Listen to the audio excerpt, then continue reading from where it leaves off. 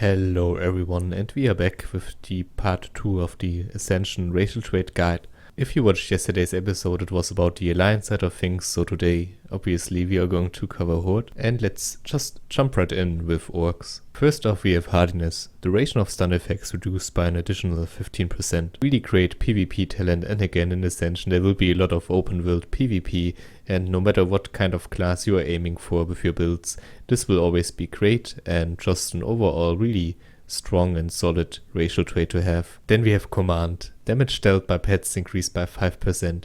For any damage dealing class, this is an absolute treat, since a lot of the classes you are aiming for will have at least one pet, be it Hunter, be it Demon. Pretty much you will always, no matter what you're going for, probably have a pet at your side. For healers it's not as great since it's only increased the damage, but for anything else this is just such a solid and strong talent as well. And then we have Blood Fury, pretty much the same thing. If you're a healer this is not so great, but if you go for anything near damage dealing, then this is also such an amazing talent. Attack power by 6, damage by 5, of course it will scale up, and the nice thing about this is like this encourages those hybrid builds, because you in the end you will have something that utilizes attack power. You will also have some spells that will profit from the spell damage increase, and this is just a top tier racial trait, to be honest. Like Blood Fury, both thumbs up. This is a really strong racial trait. And then we have X, Specialization, expertise with fist weapons, axes and two-handed axes increased by 5. Again, expertise super powerful at the current state of the game, and eventually you will get by some axes. For tanks, for damage dealers that are for the melee kind of road, this is also a really strong racial trait. From all of this you probably can conclude already that Orc is really top tier when it comes to racial traits for WoW Ascension on the Horde side. And for me at least, personally it is. I think if you are a healer there are better options and we will cover them later, but for damage dealers this is just such a great overall race to go for, especially since it also covers the hybrid kind of builds. If you rather like to tank, I guess the Hardiness is also kind of nice in some PvE encounters, and the X Specialization is also okayish. But overall for tanks, I think for the Horde side we also have some better options. But yeah, damage, I think this is really top tier. Okay, moving on to the Undead side, and I really don't have that much to say about it other than it's a really nice PvP race. I guess some of you already know why, but let's start with the beginning. So we have Shadow Resistance, reduces the chance you will be hit by shadow spells by 2%. Really not that great. There will be a lot of shadow spells, I guess, in the game, since a lot of casters will go for some sort of Warlock / Shadow Priest hybrid, so it has some merits, I guess. Also, like for PvE, there will be a lot of shadow damage later on in endgame content. Other than that, it's actually not that great of a racial trait to be had, but it's average. Then we have Cannibalize. Cannibalize is okayish for leveling up. Other than that, it does not really have that much purpose. I mean, if you are leveling, there is not really a warrior build of some sorts. Like usually Cannibalize is really good for that kind of stuff, because you will always at least have some sort of heal, I guess. So it does kind of fall off, but if you are out of mana and you still are lacking some health points, then I guess Cannibalize can help out, but it's also on the average side of things, I would argue. Then we have Underwater Breathing. Underwater breath lasts 233% longer than normal, also below average for leveling up and for those kind of tricky situations and quests where you really have to go underwater into shipwrecks and stuff like that. This can save you your life sometimes, but it's not really something crucial, I would argue. So why even pick Undying? I guess they look awesome, and the Forsaken also have Will of the Forsaken, and that removes any charm, fear, sleep effects. This effect shares cooldown with other similar effects, so it got a bit nerfed from the vanilla point, since it also kind of has a cooldown that it shares now. But other than that, this is still god tier talent, especially for PvP, open world PvP. This is really nice to have, and again you will probably get ganked quite a bit in WoW Ascension, and for that kind of scenarios, Will of the Forsaken is just great. There's no other way around it, and if you're really into open world PvP or just like PvP in general, then Undying is still such a really nice and solid race to go for. You probably know already, like from the previous traits, They are almost all below average, but Will of the Forsaken is very strong and almost like evens that out. I guess if you are min-maxing for PvE regarding of tank, heal and damage, the other races are pretty much superior.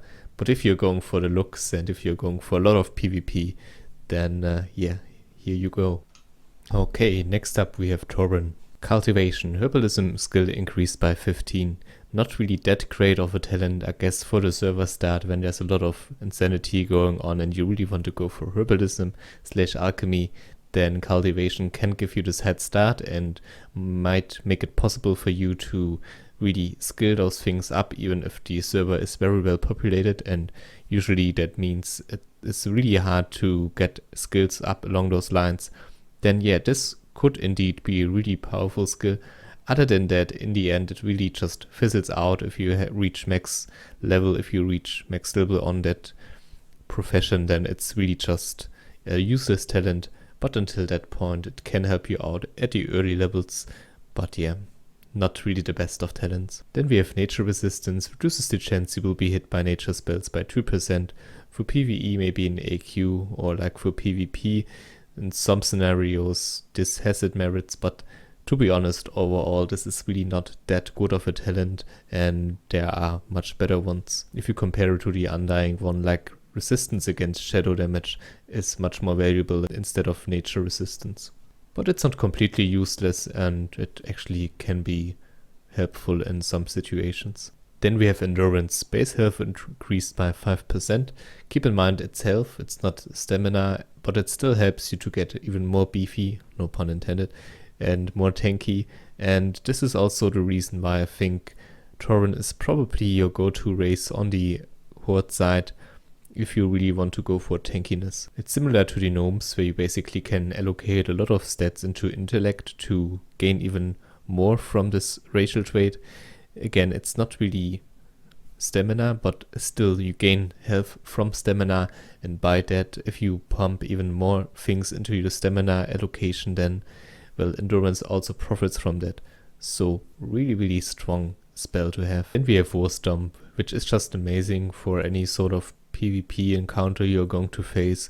Doesn't matter if you are more on the damage dealer side of things, or if you're going to go for some sort of healer spec, some tank spec. War Stomp is always nice, and also for PvE it has some uses in general, especially if you are tanking in dungeons or if you're going for some really big AoE grind build, then yeah, War Stomp also helps out with that. So if you want a tanky character, then I would recommend you to go Turin. For the damage dealer side of things, Orc is probably the better option for you. Also for PvP, I guess Undying really just have this really amazing Will of the Forsaken. War Stomp though should not be underestimated and will always be a really solid talent to have, especially with the health increase. Great things to go into PvP as well. Keep in mind you should always at least have one stun in WoW Ascension, and you could maybe chain it with War Stomp, or you could just save up some ability essences, some talent essences, since you already have a racial trait that does the stun for you. It's not the most reliable one, but still better than nothing, and yeah, can help you set up some things, so pretty good for that as well. Alright, moving on to the troll race, and this is probably my favorite one, so I hope I won't be that biased, but I will try to make this as balanced as possible. Alright, let's start with throwing specialization. Your chance to critically hit with throwing weapons is increased by 1%. Really situational, not really a great talent to be honest, like you will rarely use throwing weapons, especially since you can pretty much use everything in WoW Ascension, and well, throwing weapons are more on the weak side of things, so yeah, pretty much neglectable talent right here. Then we have Regeneration. Health regeneration rate increased by 10%. 10% of total health regeneration may continue during combat. And this is pretty nice to be honest, especially if you stack it up with different talents and abilities from the game. Just the overall nice and solid trait to have. More on the good side for tanks and also for leveling. It helps you to maintain a bit more uptime and you can be a bit more consistent about your leveling. But other than that, not really much to say about it. It's just really above average talent, I would argue. Then we have the Voodoo Shuffle. Reduces the duration of all movement impairing effects by 15. Trolls be flipping out, man. that was horrible. Let's hope I never do that again. But it's a good talent. It's a bit like the stun, 15% stun resist. A bit on the weaker side. I would argue the Orc one is a bit better. But the Voodoo Shuffle is still really strong. Again, there will be a lot of PvP. You know the drill. And for that, this is going to be great.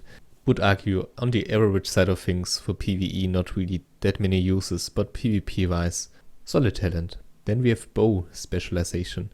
Your chance to critically hit with bows is increased by 1%, and this is a bit better than the throwing one, and still very specific. I guess if you are not planning to go in any sort of ranged combat, ranged physical DPS combat, then you can also neglect this one right here, but it will probably always have at least some sort of use, since again every class, like there's no class and everyone can use bows and pretty much every secondary weapon there is. For healers, this will probably mean they are going to aim for other things like relics and stuff along those lines.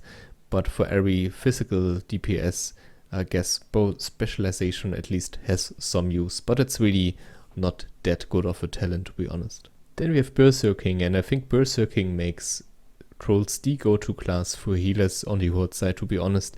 Increases your attack and casting speed by 20% for 10 seconds on a 3-minute cooldown. This is a really solid racial trait. So far there wasn't really anything on the Horde side that would be an argument for a healer specific kind of race, but I think like Berserking is really just that one racial trait that gets a bit above from everything else. And it makes Trolls very worth considering for any healer class and also for spell damage classes, since again, casting speed by 20%, also for melee and hybrids. This is a bit like the one I was talking about earlier with the Orcs, the Blood Fury one that increased attack power and spell damage.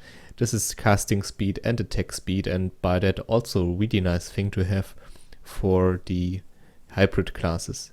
And on top of that, even healers. That's one thing that kind of fell off by the counterpart. Last but not least, we have Beast Slaying. Damage dealt versus beasts increased by 5%.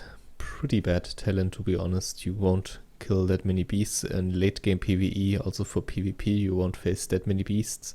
And yeah, I guess it's okay for leveling, and if you're leatherworking, skinning, then this is also nice. It increases the farm speed, but yeah, that's about it. So I would argue for PvE damaging classes, Troll is maybe a bit inferior to Orcs, but still top tier in my opinion, especially if you want to go for some sort of hunter build, thanks to the Bow Specialization. Alright, that basically concludes the Horde side of things. Let's try to give a brief summary. So for melee hybrid classes for damage dealers, I would argue that Orc is probably your best bet. You will probably have a pet, you have increased spell damage and attack power, and axe and fist weapons are just really great for any kind of melee build as well.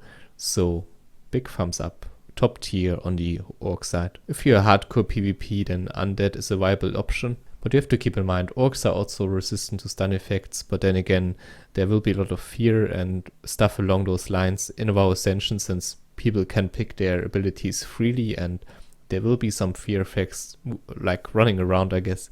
And that's why Undying should also be a pretty solid choice for PvP.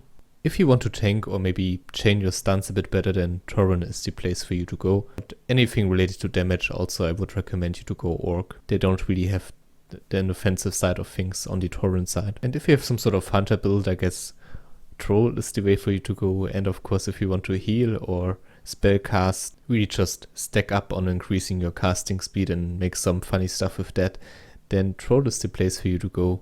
Could also argue that for tanking it's okayish because of the regeneration, but to be honest, I don't think it's better than the Turin health increase. Alright, I think that concludes everything. If I had to rank everything in general, like Alliance and Horde, I would argue that Horde maybe comes a bit better off thanks to Orcs and Trolls, and Turin just being really solid for PvE, and the Undying just because of their PvP talent being great in general. To be honest, for casters, gnomes are just amazing thanks to their intellect increase, and also like humans have a really straight out great racial trait. And as always, keep in mind, just pick the one that you find the most interesting, that you find the most fun to play with.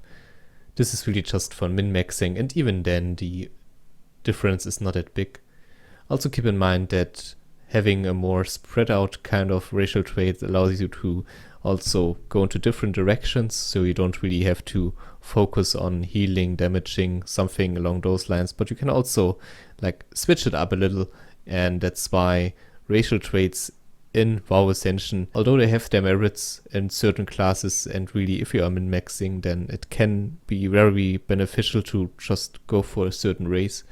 But other than that, in Ascension, everything can play everything, and that's why the effectiveness of racial traits will switch up eventually. If you don't want to spend too much gold into respeccing and you are really just going to go for the ultimate build, then I guess it can also be beneficial for you to just twink characters up for their regarding roles. But if you play casually and you don't really care that much, then also respec is always possible, even if the new spec does not really fit the racial traits of your current character. Alright, but for now this is it. Thank you very much for watching. I hope you enjoyed this little guide, and please let me know in the comments what do you think of it, what did I forget, and maybe what are your kind of favorite classes and races in the game right now.